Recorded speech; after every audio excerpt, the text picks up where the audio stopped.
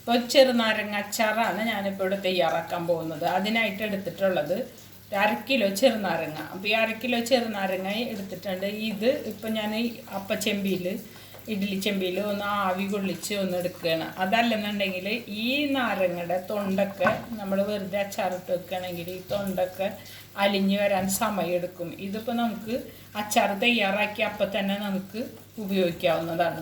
അതിനാണ് ഈ അപ്പച്ചെമ്പിയിൽ ആവി കൊള്ളിക്കുന്നത്. അതല്ലെങ്കിൽ കുറച്ച് സമയം എടുക്കും നമുക്ക് അച്ചാർ സെറ്റായി കിട്ടാൻ. ഇത് ചെയ്ത് 1 മണിക്കൂർ കഴിയുമ്പോൾ നമുക്ക് കഴിക്കാൻ പാകത്തിൽ സെറ്റായി കിട്ടും. അപ്പം അതിനുടനെ ആദ്യം ഒരു അപ്പച്ചെമ്പിയിൽ കുറച്ച് വെള്ളം എടുത്ത് ഇനി ഇതിൽ വെച്ച് ആവി കൊള്ളിക്കാം.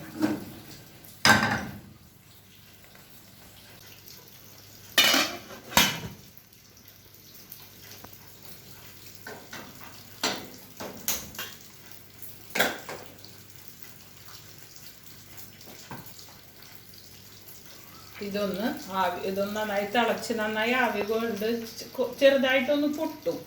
അത് ആ തൊലിയെല്ലാം ചെറുതായിട്ട് പൊട്ടിക്കഴിയുമ്പോൾ ഇത് ഓഫ് ചെയ്തിട്ട് എടുക്കുക. അതിപ്പോൾ ഒന്ന് ഏകദേശം ആയി വരുമ്പോൾ തിളച്ച് വരുമ്പോൾ ആവിയൊക്കെ വരില്ല. അപ്പോൾ അതൊന്ന് തുറന്ന് നോക്കിയാൽ മതി. അപ്പം നമുക്ക് കണ്ടു കഴിഞ്ഞാൽ മനസ്സിലാവും. അപ്പോൾ ആ തൊണ്ട് ഒന്ന് അതിൻ്റെ തോടെല്ലാം ഒന്ന് സോഫ്റ്റായി കാണുമ്പോൾ ഇത് ഇറക്കിയെടുക്കാം. അപ്പം അത് ഒന്ന് സെറ്റാവട്ടെ. നാരങ്ങ ആവി കൊള്ളിച്ച് വേവിച്ചെടുത്തത് നല്ല പാകമായിട്ട് ഇതാ ഇങ്ങനെ ഞെക്കുമ്പോൾ ഒരു ഞെങ്ങണ പോലെ ഇങ്ങനെ ആയി കിട്ടും. ശരിക്കും സോഫ്റ്റായ പോലെ എന്നെ തൊടുമ്പോൾ സ്പോഞ്ച് പോലെയാണ് തോന്നുന്നത്. സോഫ്റ്റായി കിട്ടും നാരങ്ങ. ഇനിയിപ്പോൾ ഇതൊന്ന് ഇങ്ങനെ ആയി കിട്ടിയിട്ടുണ്ട്.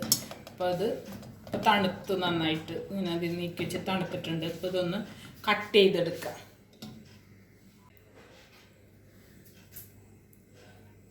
ഇപ്പം നാരങ്ങ കട്ട് ചെയ്യുമ്പോഴേക്കും നമ്മളൊരു ചട്ടി വെച്ചിട്ടുണ്ട്. അതിൽ ഞാനിപ്പോൾ ഉപയോഗിക്കുന്നത് അച്ചാറിന് ഉപയോഗിക്കുന്നത് എള്ളെണ്ണയാണ്. വെളിച്ചെണ്ണ അല്ലെങ്കിൽ മറ്റൊരു എണ്ണയല്ല, എള്ളെണ്ണ. അച്ചാറിന് ഏറ്റവും നല്ലത് എള്ളെണ്ണയാണ്. ഇപ്പോൾ നമ്മൾ ചെറുനാരങ്ങ അച്ചാറാണ് ഉണ്ടാക്കുന്നത്. അപ്പോൾ അച്ചാർ എള്ളെണ്ണ ആവുമ്പോൾ എളുപ്പത്തിൽ പൂപ്പൽ പിടിക്കുക, കേടാവുകയോ ഒന്നും ചെയ്യില്ല. കുറച്ച് നാൾ ഇരിക്കും, ഒരു കേടും കൂടാതിരിക്കും. അതുകൊണ്ടാണ് എള്ളെണ്ണ. ഒരു വെളിച്ചെണ്ണയൊക്കെ ആണെങ്കിൽ വേഗം പൂപ്പൽ വരും, മറ്റേതെണ്ണ ആയാലും. ഇതൊരു കുഴപ്പമില്ലാണ്ടിരിക്കും. അപ്പോൾ അതിനായിട്ട് ഇനിയിപ്പോൾ ഇത് കുറച്ച് വെളുത്തുള്ളി. അതിപ്പോൾ ഇത് വെളുത്തുള്ളി ചേർത്തോളണമെന്നില്ല, അതിന് വേറെ ആർക്കെങ്കിലും വേണ്ടെങ്കിൽ വേണ്ട. പക്ഷേ ഇത് അതിലൊരു സ്മെല്ലുമാണ്. പിന്നെ മാത്രമല്ല ഗ്യാസ് അങ്ങനെയുള്ള കാര്യങ്ങളൊക്കെ അതിനെ കോമ്പൻസേറ്റ് ചെയ്യാൻ വേണ്ടിയിട്ടാണ്. ഗ്യാസൊന്നും ഉണ്ടാവില്ല. അപ്പോൾ അതിന് വേണ്ടിയിട്ടാണ് വെളുത്തുള്ളി ചേർക്കുന്നത്. അപ്പോൾ ഈ വെളുത്തുള്ളി എണ്ണയിൽ വറക്കുക. അത് വെളുത്തുള്ളി കട്ട് ചെയ്യേ ഒന്നും വേണ്ട, വെറുതെ തൊലി പൊളിച്ചിട്ട് ഇതിലിട്ടാൽ മതി. പിന്നുള്ളത് പച്ചമുളക്. ഇപ്പോൾ അത് അത്ര ഇതില്ല, അതിനൊരു കണക്കില്ല. വെളുത്തുള്ളി ആയാലും പച്ചമുളകായാലും ഇപ്പം അതിനൊരു കണക്കില്ല. നമുക്കൊരു ഏകദേശം ഒരു കൈപ്പാകം നോക്കിയിട്ട് ഇത്തിരി കൂടിയാലോ കുറഞ്ഞാലോ ഒന്നും വലിയ കുഴപ്പമില്ല. വെളുത്തുള്ളി കുറച്ച് കൂടിയതുകൊണ്ട് നല്ലതാണ്. അപ്പോൾ ഈ വെളുത്തുള്ളി മൂത്ത് വരുമ്പോഴേക്കും അതോടുകൂടി തന്നെ ഞാൻ അതൊരുമിച്ച് തന്നെ അവൻ ഈ പച്ചമുളകും കൂടെ ഇതിലേക്ക് ചേർക്കണം. ഇതിലൊക്കെ ഉള്ള വെള്ളം നന്നായി വറ്റണം. വെള്ളം ഉണ്ടായിക്കഴിഞ്ഞാൽ കൂടുതൽ നാൾ അച്ചാർ ഇരിക്കില്ല, പൂപ്പലൊക്കെ വരും. വെള്ളം ഇല്ലാണ്ടിരുന്ന് കഴിഞ്ഞാൽ കുറേ നാളിരിക്കും. പിന്നെ കുറച്ച് കറിവേപ്പില.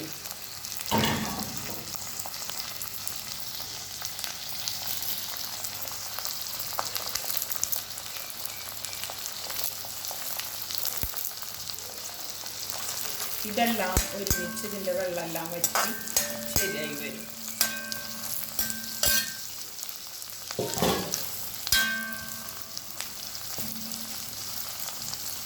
ഇതൊന്ന് നന്നായി വെള്ളം വറ്റി നന്നായി ഒന്ന് നല്ലൊരു ക്രിസ്പി പരുവത്തിൽ, അതല്ലെങ്കിൽ നന്നായിട്ട് ഫ്രൈ ആയിട്ടെന്ന് പറയാം, ആ ഒരു രൂപത്തിലായി കിട്ടണം.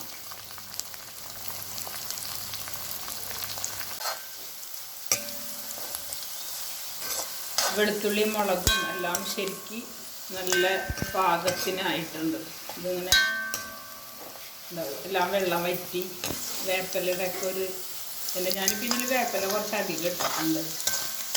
വേപ്പില നല്ലതാണല്ലോ, അത് കാരണം നല്ലപോലെ വെളുത്തുള്ളിയും എല്ലാം വെള്ളം വറ്റി എന്താ മുളക് എല്ലാം ഈ പരുവത്തിലായി. അപ്പം ഇതിൽ നമുക്ക് വേണ്ട പൊടികൾ ചേർത്ത് കൊടുക്കാം.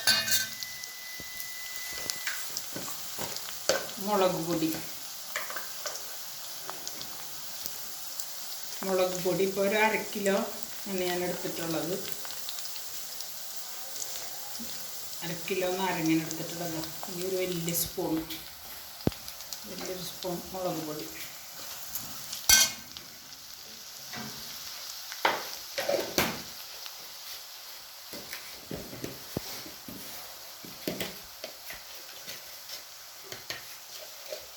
ഉലുവപ്പൊടി. ഇത് ഉലുവ ഈ അച്ചാറിൻ്റെ ഏറ്റവും നല്ല മണം ഉലുവയാണ്. അപ്പോൾ അതുകൊണ്ട് ഉലുവ കുറച്ച് കൂടുതൽ ചേർക്കുന്നുണ്ട്. ഇപ്പം ഇത് ഈ സ്പൂൺ തന്നെ 3 സ്പൂൺ ഉലുവ ചേർത്തിട്ടുണ്ട്. ഉലുവയും കായുമാണ് അച്ചാറിന് ഏറ്റവും നല്ല സ്മെല്ല് കിട്ടുന്നത്. അപ്പം അതാണ് ഇത് കൂടുതൽ ചേർത്തിട്ടുള്ളത്. പിന്നെ കായവും കുറച്ചധികം ചേർക്കാണ്ട്.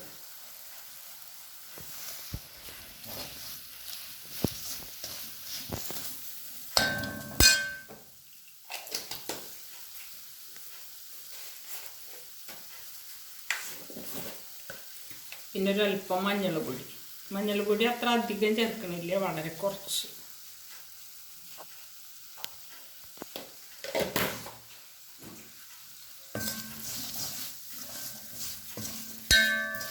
ഈ ഉലുവയും കായും എല്ലാം ചേർത്തിട്ട് വരുമ്പോൾ നല്ലൊരു മണം വരും.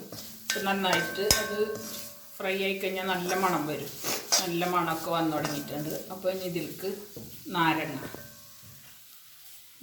കട്ട് ചെയ്ത് വെച്ചത് ചേർക്കണം.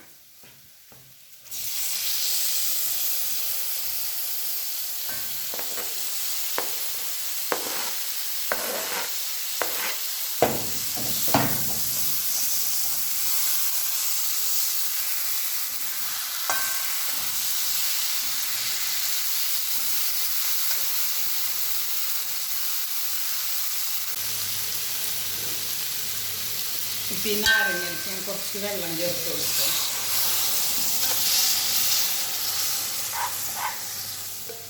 ആ നാരങ്ങ എത്രയാണോ നാരങ്ങ ചേർത്തത് അതിനൊപ്പം ആയിട്ട് വെള്ളം ചേർത്ത് കൊടുത്തിട്ടുണ്ട്.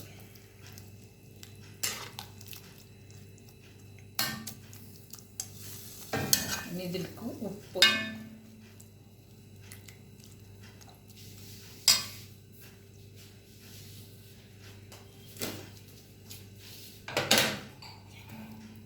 ഞാൻ ഇതിന് ഉപയോഗിക്കുന്നത് കല്ലുപ്പാണ്. അച്ചാറിന് നല്ല ഉപ്പ് രുചി കിട്ടേണ്ട കാരണമാണ് ഉപ്പ് കുറച്ചധികം ഇടുന്നുണ്ട്.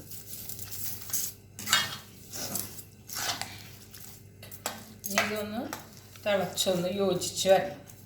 നല്ലപോലെ തിളച്ചത് യോജിച്ച് വന്നു കഴിഞ്ഞാൽ നമ്മുടെ അച്ചാർ റെഡിയാവും.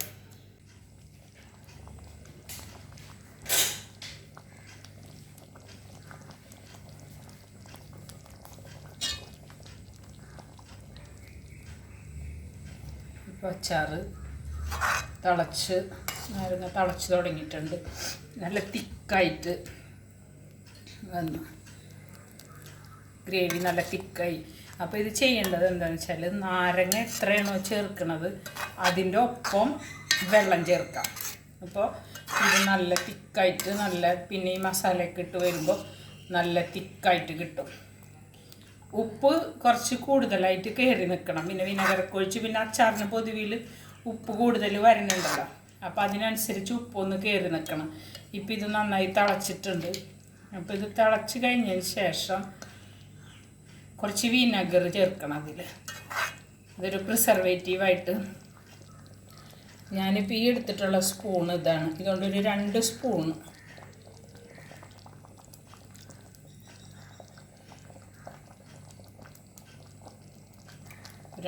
വിനെഗർ ഞാനിതിൽ ചേർക്കാറുണ്ട്.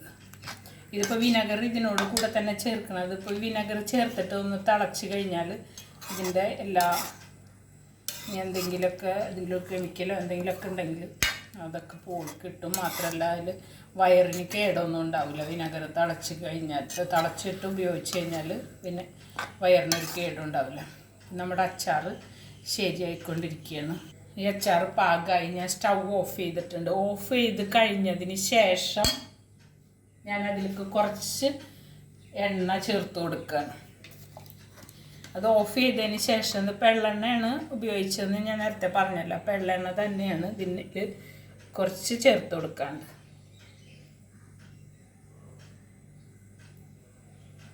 എള്ളെണ്ണ ഉപയോഗിക്കുന്നത് കൂടുതൽ നാളിരിക്കാൻ വേണ്ടിയിട്ടാണ്. പിന്നെ ഞാനിപ്പോൾ ഇതിൽ കാശ്മീരി ചില്ലിയാണ് എടുത്തിട്ടുള്ളത്. കുറച്ച് സാദാ മുളകും മുളക് പൊടിയും ചേർത്തിട്ടുണ്ട്. കുറച്ച് കാശ്മീരി ചില്ലി. ഇപ്പം നമ്മുടെ അച്ചാർ ശരിയായി കഴിഞ്ഞ്